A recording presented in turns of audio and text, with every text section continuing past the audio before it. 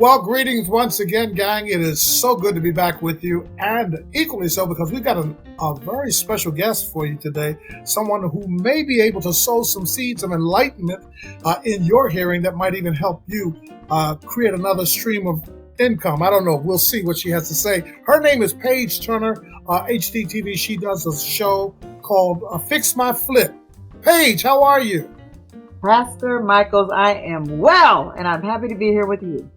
Yes, indeed. And I see sunshine out there on the West Coast. It's hot today. So listen, let's jump right in and find out a little bit about Paige. Who is Paige? Well, Page Turner is a warrior. She's a champion. I'll speak in first person. I am a winner. I'm an executor. I'm a doer. I'm a flipper. I'm extraordinary. I can keep going on because I actually believe the things that God says about me is true. So I can keep going, Pastor Miles. You got to stop me at one point. Now I gotta confess. You know, when I heard that you were into flipping houses, it caught my attention. I'm like, flipping houses? Wow! How did you get into flipping? Well, I was a single mom with 3 kids, and I was hungry and I needed some money. You need money.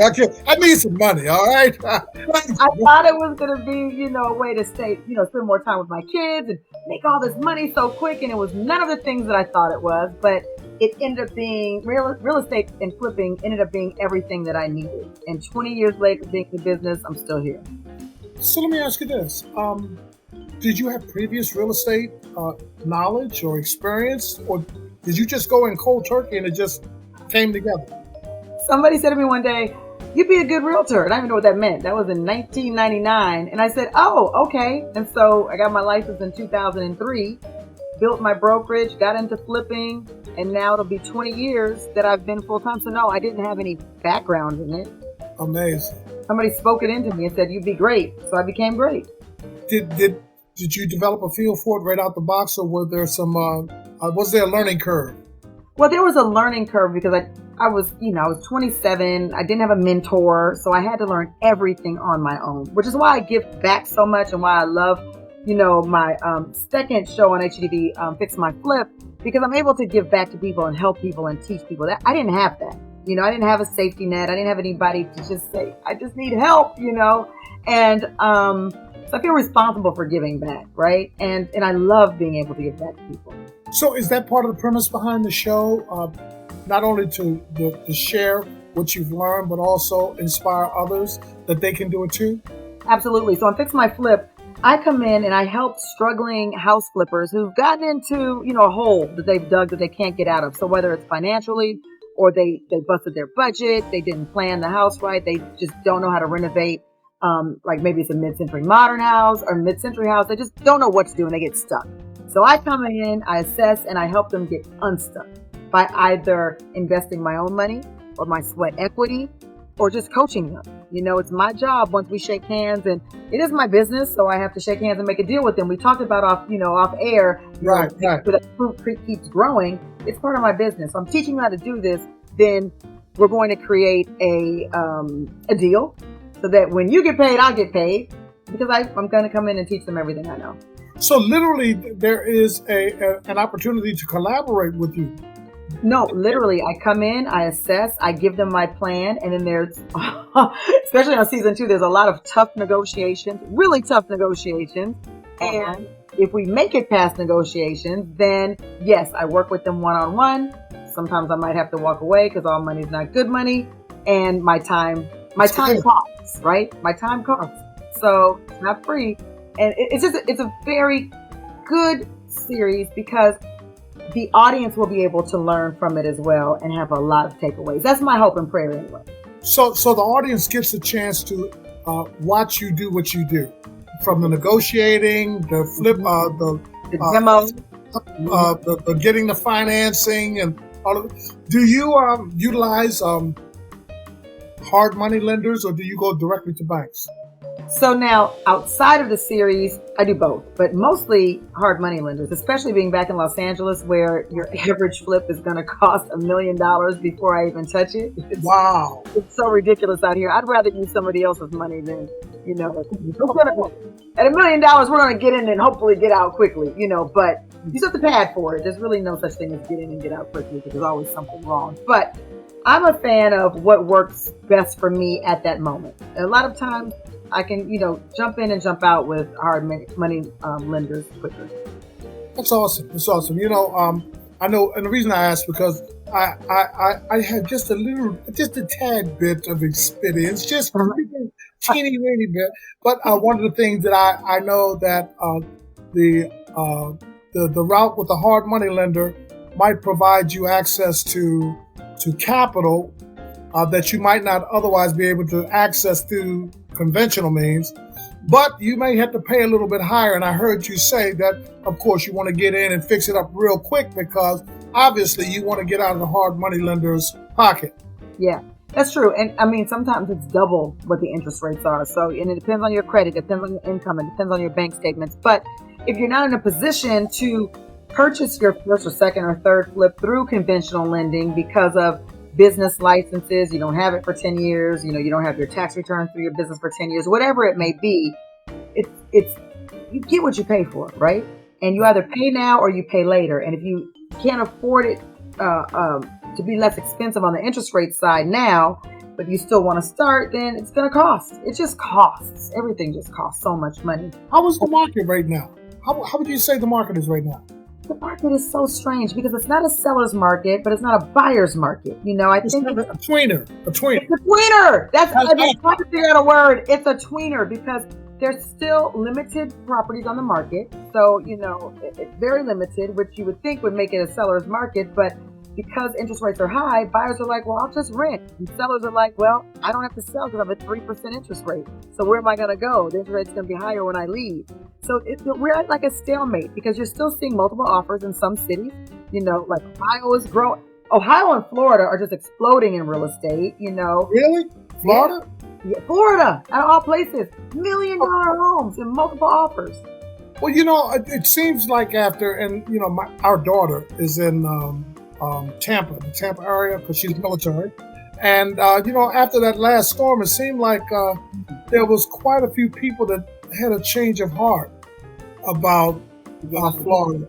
So maybe that's where that's coming from. A lot of those properties are becoming available. People saying, okay, I've had enough of this. Yeah, it's very true. I didn't even think about that. That might be very true. So, I think the thing is just to know the market you're in. Yeah. And study that market. If you don't know how to study it, find an expert or somebody that at least is successful. Like you.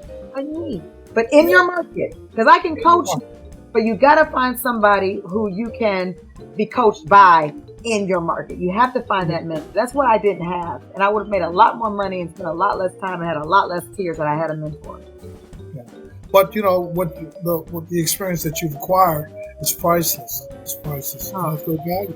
So now now on the celebrity side, because I work in media, so how do you balance now this newfound celebrity with what you do in real estate? I mean, all of a sudden you're not going to walk in the market now with the scarf on your head and stuff and figure nobody's going to recognize. Somebody's going to say, "Hey, that's Paige." Yeah, they do. And then I hug, take a picture, and follow you on Instagram. You know what I'm saying? People, the thing about HGTV is so warm and so friendly, and we're all renovating houses and just trying to get some reprieve and such a tough time in life. Trying to get some tips on how you can make your home more user friendly and make you love your home more. So it's not that type of celebrity craze, and I forget half the time because I'll be like, why are they staring at me? You know what I'm saying? Like if I'm why are they staring?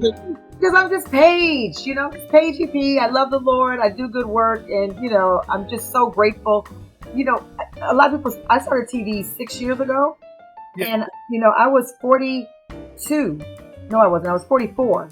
Okay. And being able to catch, and now I'm 50. So being able to catch dreams at 50, I don't take for granted. This is my chapter. So I'm humble every day. I'm humble to be able to wake up and be like, wow, look at what I get to look at. Look at what I get to do. I love my work, and it's almost like people are like, you need a vacation. I was like, I love what I do though. You said something that I want to touch on before I let you go, and that is your faith. And how does your faith uh, fit into everything that has happened in Paige's life? My faith is the only reason I'm sitting here talking to you, Pastor Michaels. That's the only reason. I mean, without my faith, I would have no anchor. I wouldn't have healing. I wouldn't have love. I wouldn't have self-respect. I wouldn't have a hope for the future. I wouldn't have a hope for tomorrow. I mean, even the next hour in this lifetime, right? This world has been crazy lately. And so my faith literally began when I was 19 and I gave my life to the Lord, coming out of an agnostic home and going through Catholic high school and being confused with who God was. God has never let me down, not one day, not one day. 19 years. And I don't forget that. That I'm glad you said that, because I simplified so many times because I understand that, I, by way of the radio station as well as television, I'm talking to people at varying levels of their faith walk. Yeah. And sometimes I have to be sensitive enough. Back in the day, we used to say, "Make it plain, preacher," and that was to say, just simplify it. And I simplified by saying, listen, at the end of the day, this God thing works. It works. Well, what did I say earlier? I was like, no, wait a minute. Sending an email was easy. Life ain't been easy. You know what I'm saying? But, we have peaks and valleys in life, but I've chosen that if God told me that you could speak to the mountain and tell it to be removed, it doesn't mean the mountain's not going to form. The mountain is there. You have to speak to it and tell it to move. You still have to do the work to get it to move. So that part, when you speak to it, you've got to believe that it's going to move. Well, yeah. Because the power of your faith is in your ability to believe that it's going to happen. That's right. That's period. That's just period. I use the analogy, and I'm the preacher kicking in now. I use the analogy a lot of times. I say, I used to like to play this game. I don't know if you had this in Nashville or on the West Coast, but we used to have this game of cards called spades.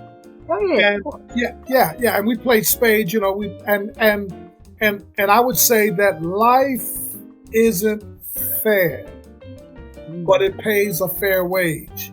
And I usually will get some troubled looks. What do you mean life isn't fair, but it pays a fair wage? I say, think about if you played a game of cards. You have no control over the hand you're dealt. Yeah. That's what I mean by life isn't fair. There's certain things that life is going to do because life is life. You have no control over. Yeah. But what you do have control over is how you play whatever hand you get. Nice. That's nice. And I said that literally that's what the journey in life is. Whatever cards get dealt to you, play them to the best of your ability. And that's why I say life pays a fair wage. Even though life isn't fair, it pays a fair wage, because if you play the hand well, you'll benefit. You'll be rewarded. Regardless of what you got when you started. And I try to encourage people that, it's not where you start. Yeah. It's how you play the game so that you can finish well. That's right. I like that.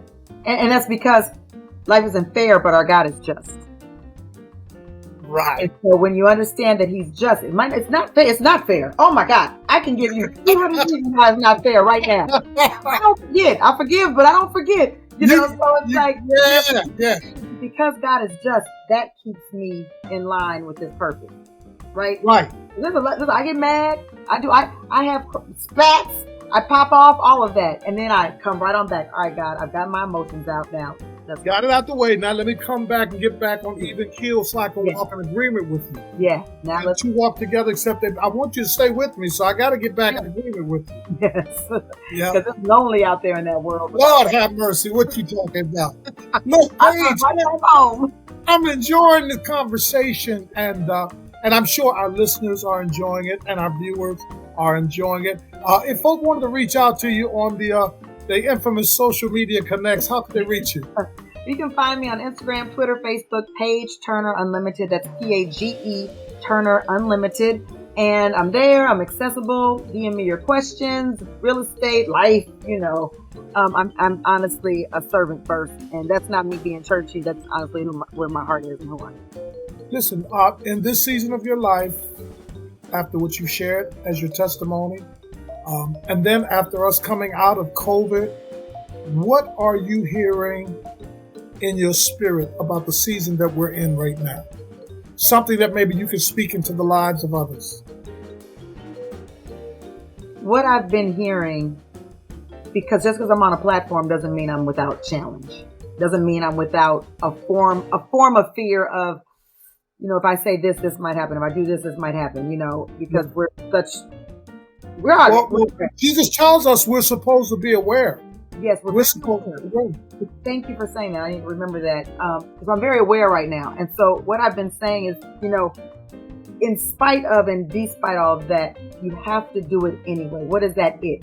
That it is that thing that God is telling you to do, that you just for whatever reason, all the reasons that come against us when we get stuck. A stuck mind does nothing. You have to physically start moving. That's what faith is. You have to physically start getting out of that, writing the vision and making it plain. Do it anywhere, whether you're scared, stuck, broke, don't have enough, don't even feel like you have a good relationship with God. You do. A relationship with God is a relationship with God. Okay? And believe me, he'd much rather hear from you than from the man who thinks he's all that in God, or woman. Go to God and do it anyway. Do it anyway. Go for it. Go for it. Go for it. We learned in COVID that it could be over tomorrow. Right. And guess what? I wrote Fix My Flip during COVID when everybody was dying, and I pitched it during COVID when everybody was dying. I did it anyway. I did it scared. I did it not nervous, and we got a green light. You did the scripts. That's when you did the scripts. For Fix My Flip, the show that I'm going to ask your viewers to watch every Thursday. I did it in COVID, and God said, clearly, he said, Paige, I move with movers. God moves with movers. You got to keep moving, because if we're not dead, shut the noise out. Shut the noise out. The news and everything else. God is still God, in spite of what we see and experience. That's good. And we still have a purpose to fulfill. We still got to fulfill our purpose. Yeah, and purpose is always crying out to us, but sometimes we can't hear it because of the noise. The noise. So look, I'm enjoying this final question. When all is said and done, when the smoke clears, what would you like to be able to look back on your career and say you've been able to accomplish? When it's all said and done, that God uses my life as a testimony for the next person, and that I was able to bless somebody. To be a blessing, it's very cliche to say that. I'm here to be a blessing. I'm here to be a blessing. But when you realize, wow, I impacted somebody's life, so what I've gone through wasn't for naught. God used me. For God to use me. Yeah. I'm pretty grateful for that. It's good. He's going to keep using you because your spirit is in the right place. I believe that God loves and desires those who have his heart.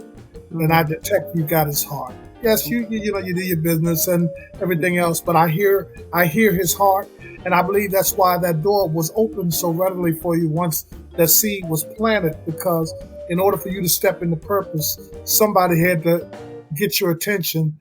Like Moses had to see that burning bush to get his attention, to get him back to Egypt so that he could experience the miracles, the signs and wonders of God. Yeah. Somebody had to speak that word into your spirit just to get you back to Egypt. Yeah. Yes, indeed. Thank you. So we congratulate you and we celebrate you. Thank you. All at the same time. And again, your show is on when? Fix My Flip is on every Thursday night. We're on prime time, y'all. Okay, Yeah, on HGTV at 9/8 Central. You got to tune into this sister on Thursday nights, 9/8 Central on HGTV. Listen, well, we wish you continued success, Paige, and really enjoyed you.